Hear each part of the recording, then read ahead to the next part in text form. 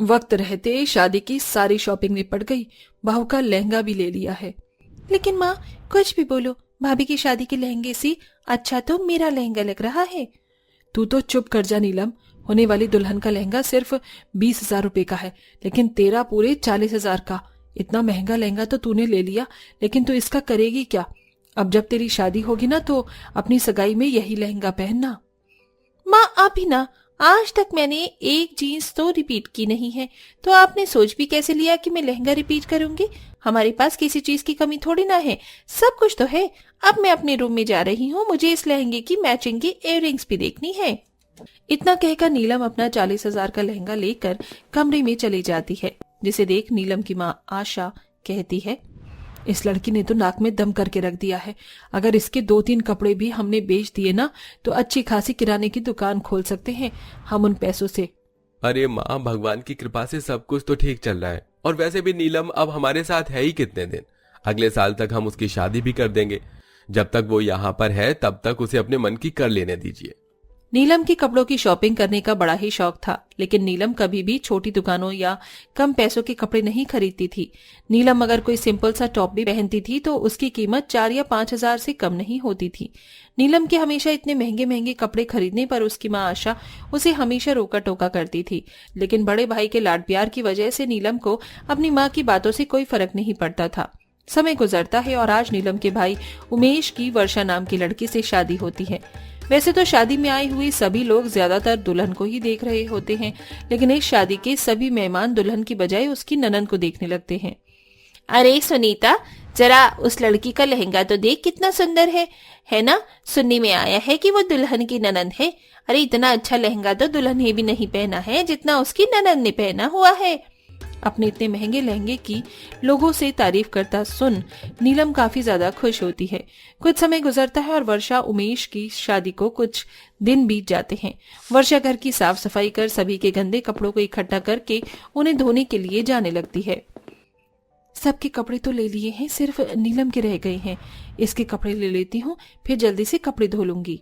वर्षा नीलम के कमरे में जाती है और उसके बेड पर पड़े कपड़ों को उठाकर धोने के लिए वॉशिंग मशीन में डाल देती है। तभी नीलम अपने कमरे में उन कपड़ों को ढूंढने लगती है, जिनके न मिलने पर नीलम सीधा अपनी भाभी वर्षा के पास आती है। भाभी, मैंने बेड पर कुछ कपड़े रखे थे, क्या आपने उन्हें देखा?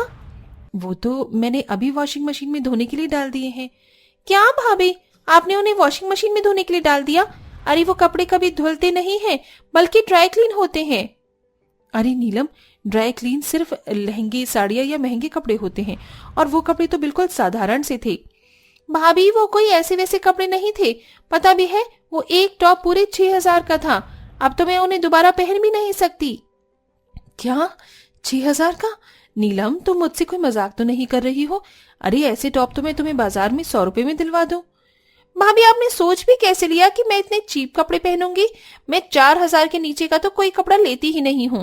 मेरे सारे कपड़े महंगे होते हैं। अब मुझे फिर से शॉपिंग करनी पड़ेगी। तुम्हें शॉपिंग करने की भला क्या जरूरत है? थोड़ी देर में तुम्हारे कपड़े सूख जाएंगे, तुम उन्हें पहन लेना। नहीं भाभी, अब मैं उसे नहीं पहन सकती। वॉश होने के बाद वो सारे खराब हो चुके हैं। नीलम दोबारा से एक बड़े से मॉल में जाती है और ब्रांडेड कपड़ों की शॉपिंग करने लगती है। अपनी ननंद के महंगे कपड़े देख वर्षा के होश ही उड़ जाते थे। वर्षा के साथ वो पहली बार था, इसीलिए वो इन बातों पर ध्यान नहीं देती थी, और ऐसे ही कुछ दिन और गुजर जाते हैं। कल मुझे एक पार्टी के लिए जाना है, और मैं कौन सी ड्रेस पहनूं? ये रेड वाली या पिंक वाली? दिखने में तो दोनों ही काफी सुंदर लग रही हैं। वैसे कितने की है ये ड्रेस? चलो आप बताओ, आपको कितने की लग रही है? पिछली बार मैं जिसे 100 रुपए का टॉप समझ रही थी वो 6,000 का निकला। ये तो फिर भी पार्टी की ड्रेस है, तो कम से कम 8,000 की तो होगी ही। ये रेड वाली मुझे 8,000 की लग रही है, और ये पिंक वाली 9,000 की। भाभी, आप भी अच्छा मजाक कर लेती हैं। ये दोनों ही ड्रेस 20-20 हजार की हैं। क्या? 20,000 की? नीलम, तुमने सच में काफी ज्यादा महंगी ड्रेस ली है। ऐसी ड्रेस छोटी दुकानों पर तो 3,000 की मिल जाती है, और वैसे भी तुम तो एक ड्रेस को दोबारा रिपीट नहीं करती, तो एक दिन पहनने के लिए तुम्हें भला इतनी महंगी ड्रेस लेने की क्या जरूरत है? तुम पैसों की काफी बर्बादी कर रही हो। भाभी, मैं चाहे एक दिन के लिए पहनूं या 1 मिनट के लिए, मगर मैं पहनती हमेशा एक्सपेंसिव और ब्रांडेड ड्रेस ही हूँ। वर्षा नीलम को बार बार हमेशा इतने महंगे कपड़ों की खरीदने के लिए काफी रोक टोक करती थी, लेकिन नीलम भी अपनी माँ की तरह वर्षा को हमेशा इग्नोर कर दिया करती थी। अपनी ननंद के हमेशा इतने महंगे महंगे कपड़े देख बेचारी वर्षा का तो हमेशा होश ही उड़ जाया करता था। ऐसे ही समय गुजरता है और नीलम के बचपन की सहेली प्रिया की शादी होती है।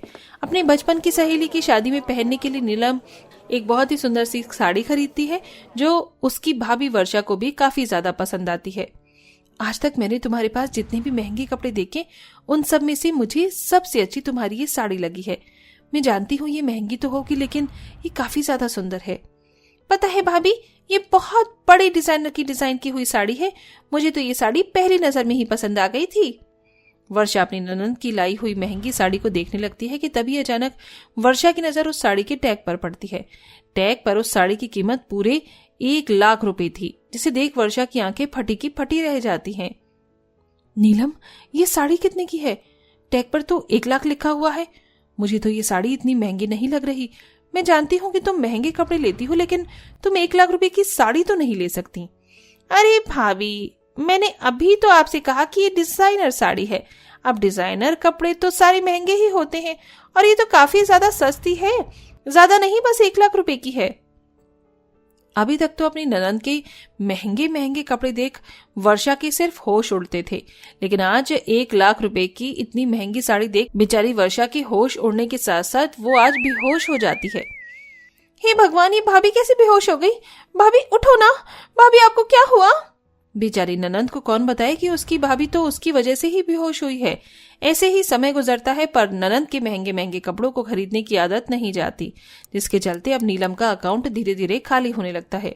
अपना अकाउंट खाली होते देख नीलम अब अपने भाई के कार्ड से अपने महंगे महंगे कपड़ों की शॉपिंग करने लगती है, और सिर्फ महीने भर में ही नीलम अपने भाई के कार्ड से लाखों रुपए का बिल बना देती है। क्या हुआ जी, आप काफी परेशान लग रही हो? क्या बताऊं वर्षा, वैसे ही 2 महीने से फैक्ट्री का काम कुछ खास नहीं चल रहा है। ऊपर से नीलम की वजह से मेरे सभी कार्ड की लिमिट खत्म हो चुकी है, और इसके शॉपिंग के चक्कर में मेरे नाम पर लाखों रुपए का एक लंबा बिल बन गया है। ऊपर से अगले महीने त्योहार भी है, सभी मजदूरों को बोनस के साथ साथ गिफ्ट भी देने हैं। न जाने ये सब कैसे मैनेज होगा। देखिए, बहन को प्यार करना, उसकी ख्वाहिशों को पूरा करना हर भाई को चाहिए, लेकिन इसका मतलब ये नहीं कि हम उनकी इन आदतों को ही खराब कर दें। माँ जी और मैं तो नीलम को कब से समझा रही थी, लेकिन आपके ही लाड प्यार की वजह से नीलम के महंगे महंगे कपड़ों को खरीदने की आदत बढ़ती रही। अगर आपने अभी भी कुछ नहीं किया तो एक दिन आप बहुत पछताएंगे। अपनी पत्नी की बातें सुन और अपना नुकसान होता देख उमेश को भी अपनी गलती का एहसास होता है। क्या हुआ उमेश बेटा, तूने हम सभी को ऐसे हॉल में क्यों बुलाया है? पिछले कुछ महीनों से मेरी फैक्ट्री का काम अच्छा नहीं चल रहा है। अगले महीने त्योहार है और सभी मजदूरों को बोनस देना है, और जो बैंक की तरफ से कार्ड मिले हैं उनसे सभी मजदूरों को बोनस दे दूंगा, लेकिन उन सभी कार्ड के पैसों से नीलम ने अपने कपड़ों की शॉपिंग कर ली और अब मेरे पास बिल्कुल भी पैसे नहीं है। इसलिए मैंने सोचा है कि मैं अपनी फैक्ट्री बेच दूं। ये तू क्या कह रहा है? वो फैक्ट्री तेरे बाबा ने अपने खून पसीने एक करके खड़ी की थी, तो उस फैक्ट्री को ऐसे बेच नहीं सकता। देख लिया तूने तेरी ये महंगे महंगे कपड़े खरीदने का नतीजा। आज तेरे भाई की रोजी रोटी उसके हाथों से जा रही है। खुश है अब तू? हम तो तुम्हें हमेशा समझाते रहे, लेकिन तुमने कभी हमारी बात नहीं मानी और बस अपने महंगे शौक को पूरा करने में लगी रही। देख ली तू आज अपने महंगे शौक का नतीजा। अपने महंगे कपड़ों के चलते अपने घर में आज इतनी बड़ी परेशानी देख नीलम को अपनी गलती का एहसास होता है और वो सबसे माफी मांगती है। आप सभी मुझे माफ कर दीजिए। काश मैं आप सबकी बात पहले ही मान लेती तो आज हम सबको ये दिन नहीं देखना पड़ता। माँ, भैया, भाभी, मुझे माफ कर दीजिए। मैं अब से कभी भी महंगे कपड़े नहीं खरीदूंगी और अपनी फिजूल खर्ची पर रोक लगाऊंगी। नीलम अपनी सभी महंगे कपड़ों को एक बहुत बड़े स्टोर में जाकर सेल करती है और जितना किसी ने सोचा भी नहीं था उससे ज्यादा उन सब कपड़ों की कीमत मिल जाती है, जिसके चलते अब उमेश को अपनी फैक्ट्री नहीं बेचनी पड़ती और उसके सारे खर्चे भी निपट जाते हैं। साथ ही नीलम को भी एक काफी अच्छी सीख मिलती है और अब नीलम कभी भी महंगे महंगे कपड़े न खरीद पैसों को बचाती है। प्यारे दर्शकों, हमारी कहानी का उद्देश्य यही है कि हमें फिजूल खर्ची न करके पैसों को आने वाले समय के लिए बचा के रखना चाहिए। तो दोस्तों, कैसी लगी आपको हमारी ये कहानी? हमें कमेंट करके जरूर बताएं। साथ ही क्या आप भी हमारी स्टोरी की नीलम की तरह महंगे कपड़े पहनते हैं? हमें ये भी बताइए।